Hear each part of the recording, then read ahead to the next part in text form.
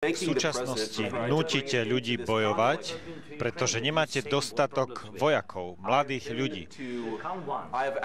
Ja som sa pozeral a videl som príbehy a viem, čo sa deje.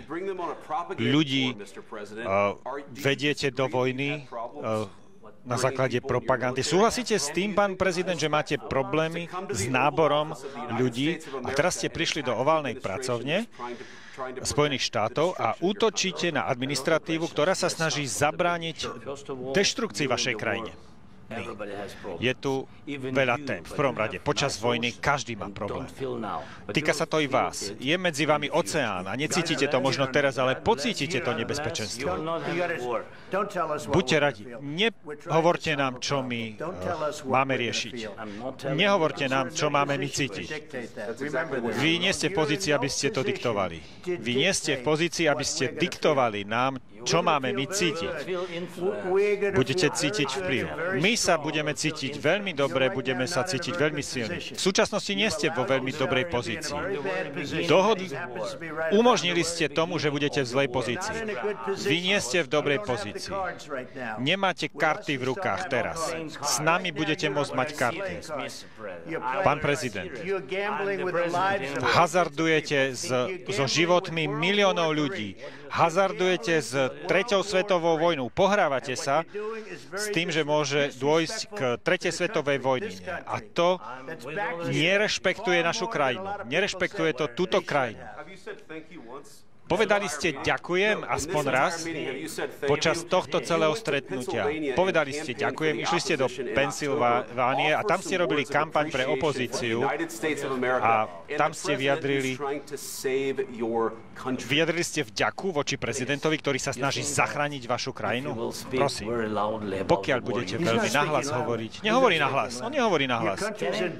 Vaša krajina je vo veľkých problémoch, áno? Vaša krajina je vo veľkých problémoch. Viem. Nevyhrávate. Máte dobrú šancu sa z toho dostať vďaka nám. Pán prezident, od samotného začiatku sme vďační.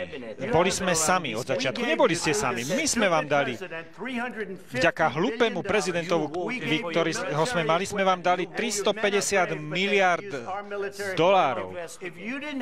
Ak by ste nemali naše zbrane, naše vojenské materiály a zariadenie, táto vojna by bola skončila. Táto vojna by skončila o niekoľko týždňov. O 3 dní. Putin povedal, že o 3 dní.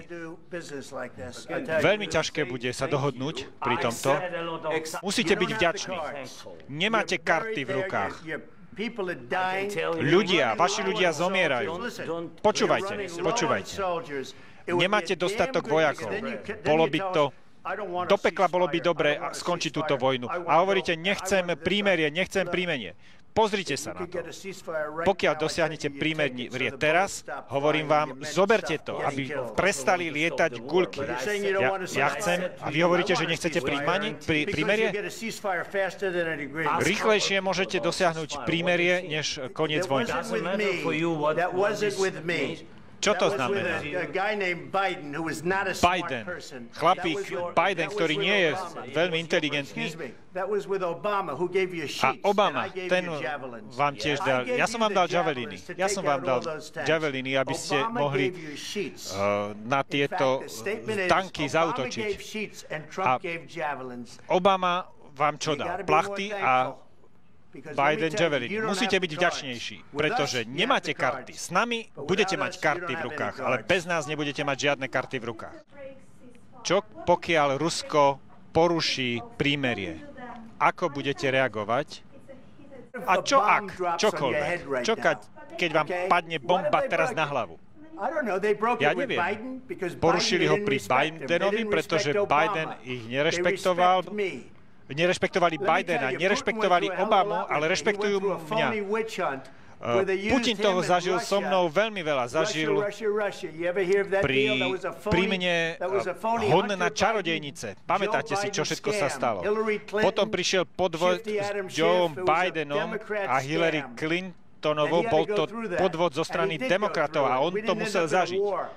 A neskončili sme vo vojne. On to prežil, bol obvinený z mnohých vecí a nemá s tým nič dočinenia. A prišlo to od Huntera Bidena z jeho spálne, bolo to nechutné a potom povedali, laptop, ten laptop to prišlo z Ruska od agentov, bol to všetko scam, bol to podvod. Všetko, čo môžem povedať, je nasledovné.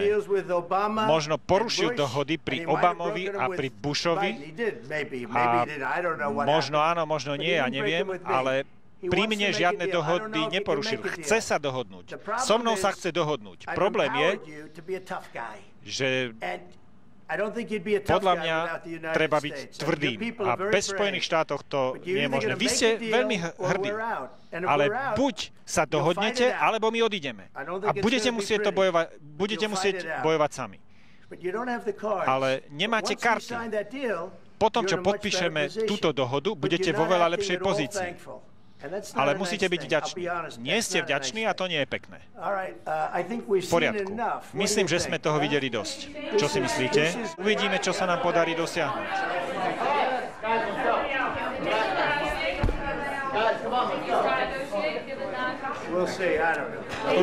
Uvidíme.